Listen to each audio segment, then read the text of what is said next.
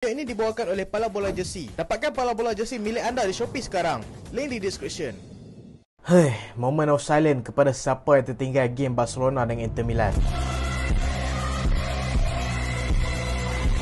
Assalamualaikum dan selamat datang ke Pala Bola Studio. So, hari ni kita nak review beberapa game UCL yang telah berjalan. Dan ni adalah perlawanan keempat di mana ada beberapa tim sudah pun menempah nama dekat round 16. So, siapakah tim-tim tu? Jom kita tengok. Perlawanan pertama adalah antara AC Milan dan juga Chelsea, di mana berkesudahan dengan Chelsea menang 2-0. Dapat jurulatih baru dalam masa yang singkat. Mereka dapat menang dengan AC Milan kalau kita kira daripada segi agregat 5-0 lah. Sebab last game waktu mereka menang 3-0. Game ni mereka menang 2-0 pula. So memang Chelsea lah ni memang something else lah kan. Memang agak merisaukan jugalah kan kepada pencabar-pencabar mereka. Dan segala perancangan Graham Potter ni dah start nampak dah. Macam aku duk kata lah sebelum-sebelum ni kan, dalam kemenangan dengan Wolf memang aku kata start nampak. Dalam game ni pun kata start nampak. Tapi memang dah start nampak dah lah. Tapi Tomori tu kan, hang ni sayang sangat kan dekat Mount kan, sampai peluk-peluk kawan tu. Aku tak tahulah hang ni kan. Benda boleh lah nak pergi body kan, tapi hampir tarik. Aku ingat dia tarik tu lembut, rupanya dia tarik kuat. Tapi dia nampak macam tarik lembut tu disebabkan Mason Mount tak mau jatuh. Mason Mount nak score juga. Aku rasa kalau salah ke, kalau CR ke, hang cuit sikit jatuh tu. Tapi Mount dia tak mau jatuh. Lalah kali dapat juga penalti. Dan Tomori terus kena kad merah disebabkan menghalang percubaan untuk dapatkan gol. So Chelsea dapatkan gol pertama melalui jaringan Jorginho. Dan jaringan kedua mereka dapat daripada Aubameyang. Dalam game ni aku tak dapat nak kata banyak lah kan. Sebab Chelsea pun main elok dalam game ni. Tapi yang menarik, Chelsea dapat bantai AC Milan bukanlah disebabkan AC Milan ni tak kuat. Tapi disebabkan Chelsea ni lagi kuat daripada AC Milan. Sebab AC Milan sedang perform. Baru saja kalahkan Juventus. Walaupun Juventus kalah dengan Maccabi Haifa lah kan. Tapi baru je kalahkan Juventus. Kira padu lah kan. Tapi tiba-tiba dengan Chelsea, kena 2-0. Hari tu kena 3-0. Hari ni kena 2-0. Dan possession pun memang terbukti Chelsea yang mengawal lah dalam game ni. Lagi-lagi bila AC Milan main dengan 10 pemain, memang AC Milan tak boleh buat banyak benda lah. So dalam game ni Chelsea telah menang 2-0. So game kedua Real Madrid lawan Shakhtar Donetsk. Real Madrid terpaksa tunggu sampai hujung-hujung masa tambahan. Bukan separuh masa pertama, separuh masa kedua untuk skor gol penyamaan. Dalam game ni Shakhtar Donetsk memang memainkan bola dengan sangat baik. Walaupun Real Madrid memang terbukti kawal game dan buat banyak shot, tapi Shakhtar Donetsk memang main dengan sangat baik dekat tempat sendiri. Dan walaupun separuh masa pertama mereka tak dapat gol, separuh masa kedua mereka dapatkan gol pada minit ke-46 dan hampir-hampir dapatkan gol kedua daripada Lassina Traoré, tapi gagal disebabkan terkena tiang. Dan aku rasa kalau benda tu masuk, mungkinlah mereka akan dapat menang dengan Real Madrid dalam game ni. Tapi kira bola tu tak masuk, dia tak masuk juga. So dia tak mau masuk tu, bak kata Fakri Sa'rani lah macam biasa lah kan. Tapi bila mereka mendahului Real Madrid dengan 1-0 saja, memang agak membahayakan lah. Sebab Real Madrid dengan comeback ni kira macam darah dengan tulang lah kan. Memang rapat. Lalah kali mereka berjaya comeback juga selepas beberapa kali percubaan. Dan Toni Kroos memang antara the best midfield lah kan. Beberapa hantaran cantik masuk ke dalam kotak penalti. Memang kelas dalam game ni. Dan akhirnya Real Madrid berjaya dapatkan gol melalui jaringan pada Toni Rudiger. Sampai berdarah kawan, kena borong. Kawan nak tanduk, keeper tu nak tumbuk, nasib baik tak kena tangan. Terkena bahu keeper tu, lalu kali berdarah muka.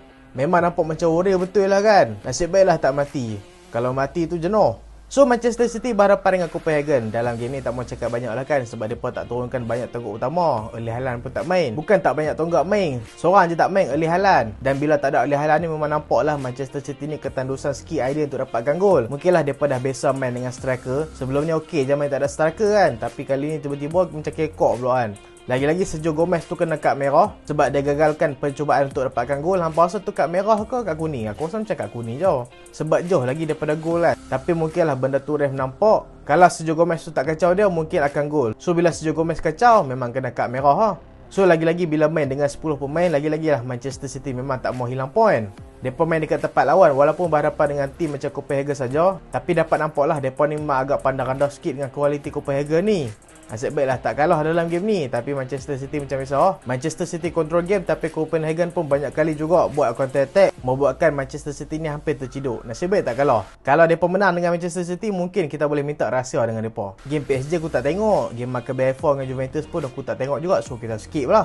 So game Napoli lawan Ajax. Napoli lawan Ajax kan. Napoli memang perform teruk lah mat. Aku memang miss gila lah dengan cara permainan Napoli. Sangat tenang dan pressing mereka sangat tinggi. Cara permainan mereka lebih kurang macam Manchester City lah kan, tapi bukanlah macam MC. Tapi mereka ni lebih direct dan banyak menyerang daripada sayap. Dan pemain yang paling penting untuk mereka bagi aku adalah Zabur Anguissa. Memang tenang kawal midfield, memang membuatkan barisan serangan Napoli ni nampak teratur, dan bila bertahan pun nampak sangat teratur. Dan Napoli berjaya mendapatkan 2 gol pada separuh masa pertama dengan jaringan daripada Lozano. Tandukan dia memang cukup baik, dan juga jaringan daripada Raspadori 2-0. Tapi second half Ajax tak mengalah. Mereka cuba comeback, tapi lalah kali kena 4-2 pula dengan Napoli. Tentu tengah intense main game kan, Ajax tengah ligan. Kebarat sekalian pun memang padu dalam game ni. Tapi tengah-tengah short attack ni kan, tiba-tiba Daley Blind kan, dia bisa main MU. So DNA MU tu mesti ada kat dia. Masih ada lagi DNA MU tu dalam diri dia. So dia pun lah buat kesilapan besar passing kepada goalkeeper tanpa tengok Osimhen ada kat belakang dia. Lalah kali Osimhen score, settle 4-2. Itulah aku kata bekas player MU ni dia mesti akan ada DNA MU juga. So kita move ke next game. Liverpool membantai Liverpool bantai Rangers sampai 7-1. Tanpa kehadiran tonggak seperti Trent Alexander-Arnold, Luis Diaz, Liverpool mampu membantai Rangers sampai 7-1.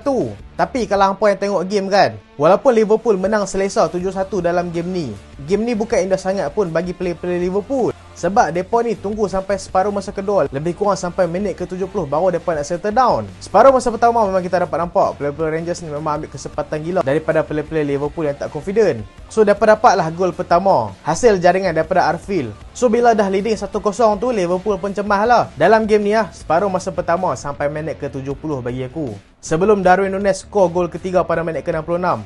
Sebenarnya Liverpool bagi aku bermain dengan agak kurang confident. Seorang je player yang aku nampak betul-betul confident, player tu adalah Roberto Firmino. Yang lain semua bercempera amat. Dapat bola jadi cuak, dapat bola jadi macam tak tahu nak buat apa. Joe Gomez hampir-hampir passing kat goalkeeper buatkan Liverpool kena 2-0. Darwin Núñez jangan duk kata lah kan, banyak kali buat larian tak menjadi. Selalu attack mesti stop kat dia. Fabio Carvalho pula persefahaman dia dengan Darwin Núñez dan juga Firmino memang teruk. Tapi walaupun mereka ni bermain dengan kurang confident, tapi Liverpool berjaya juga dapatkan gol tandukan daripada Roberto Firmino. Dan juga finishing daripada Roberto Firmino untuk dapatkan gol kedua. Dan selepas Firmino passing dekat Darwin Núñez skor gol ketiga. Kita start nampak player-player Liverpool dah start confident balik. Mereka dah start tenang bila pegang bola. Lagi-lagi bila juga Klopp masukkan player-player yang nak buktikan diri mereka sendiri. Player-player seperti Muhammad Salah, player-player seperti Andy Robertson. Mereka ni adalah player hebat Liverpool yang sedang mengalami kejatuhan prestasi. So mereka masuk dalam padang untuk buktikan kehebatan mereka dengan tak ada pressure untuk menang dalam game tu sebab mereka dah leading 3-1. So apa jadi? Salah masuk hat-trick. 3 gol dalam masa 5 minit je. Gol pertama, gol kedua dia tak celebrate, dapat hat-trick dia celebrate kan. Bagi aku memang padu Salah dalam game ni. Dia tak perlukan gerakan-gerakan laju pun, dia hanya perlukan gerakan bijak saja untuk jadikan gol. 7-1 Liverpool menang dalam game ni. Dan player-player Rangers pun start nampak mereka ni koyok lah kan lepas kena gol ketiga daripada Núñez tu. So kita masuk ke game terakhir iaitu game Barcelona lawan Inter Milan. 3 sama amat. Dalam game ni Barcelona skor, Inter Milan skor. Lepas tu Inter Milan leading, Barcelona bagi sama. Inter Milan skor sekali lagi, Barcelona bagi sama. Memang sengit dalam game ni. Tapi thumbs up aku nak bagi dekat Inter Milan, bukan dekat Barcelona. Bagi aku Inter Milan telah menang dalam game ni walaupun dia seri, dan Barcelona telah kalah dalam game ni walaupun dia seri. Sebab apa aku cakap macam tu? Inter Milan dalam game ni mereka dah tahu cara Barcelona main. Barcelona main highline, Barcelona akan control position. So apa cara mereka buat? Mereka buat macam game lepas juga. Mereka sidik dah buat counter attack. Sama je. Sebab Barcelona ni bila attack, hang tengoklah, player macam Piqué, player macam Eder Garcia je tinggal kat bawah. Player macam Sergio Busquets ni lambat nak turun. Dan aku tak faham pasal apa Xavi tak mau masukkan Frenkie de Jong daripada awal lagi. Anda dapat nampak import dah selepas dia dimasukkan. Bagi aku dia masuk tu lah disebabkan Barcelona boleh comeback sampai 3 sama. Aku rasa kalau dia tak masuk, Busquets still main. Bukanlah nak kata Busquets tak laju kan, bukanlah nak kata Busquets tak perform. Tapi dalam situasi lah ni, dalam keadaan lah ni, De Jong lagi bagus daripada dia. Kalau tak mau pakai De Jong tu, bagilah kat MU, jangan belagak. Ni duk ada tak mau pakai, rugi je. So first half memang kita dapat nampak lah kan kebijakan Xavi. Dia letakkan Rafinha dekat posisi asal dah. Dapatlah nampak Rafinha ni memang function. Dan Dembele macam biasalah dribble dah kan. Lewandowski agak struggle untuk skor sebab Bastoni dengan Skriniar memang melekat dengan dia. So waktu second half, tengah rancak Barcelona nak cari gol kedua, tiba-tiba Piqué confident tu. Kawan punyalah confident. Orang cross siap angkat tangan tu. Padahal dia lah penyebab bola tu tak offside. Lepas tu dia rasa macam tak apa. Bagi kat keeper. Kepala otak dah. Lalah kali Barella dekat belakang, Barella finish bola tu. Dan gol kedua pun bukanlah kesilapan daripada bagi centre back, tapi kesilapan daripada Busquets. Tapi yang cuba tengok apa centre back Barcelona buat bila jadi benda tu. Eric Garcia dengan Gerard Piqué memang sangat lambat bertindak bila kena counter. So itulah player-player Inter Milan memang senang nak buat counter dalam game ni. Sebab Eric Garcia dengan Piqué memang slow gila baca game. Mereka ni bukan sekadar slow untuk track back, tapi mereka ni slow juga untuk baca game. Hang tengoklah gol pertama tu fikir sampai tak nampak player, Galik tak scan player. Gol kedua bila terlepas bola, hang tengok Eric Garcia macam mana, Jared Pique macam mana. Gol ketiga pun hang tengoklah player-player Barca, Galik sampai Gosen dapat skor gol ketiga. Tapi nasib baiklah Lewandowski dapat skor 2-2 gol untuk samakan kedudukan 3 sama. Aku ingat nak jadilah La Remontada dalam game ni kan, kok dapat comeback 4-3 kan. Tapi tak apalah, 3 sama pun okey lah. Tapi dalam game ni tu lah, aku dah kata dah, Xavi ni dia macam pilih bulu sikit kan. Nak letak play Spanyol banyak sangat atas padang. Hang ni tak tahu lah, ada Dion tak mau letak. Balde tu masuk punya lah perform kan, tak mau letak daripada awal. So aku tak tahu lah macam mana kan. Fati tu perform Spanyol tak mau bagi main block kan. Tapi itulah attacking Barca banyak tu, tak boleh nak kata apa lah kan. So itulah video kali ni, video review ringkas daripada aku.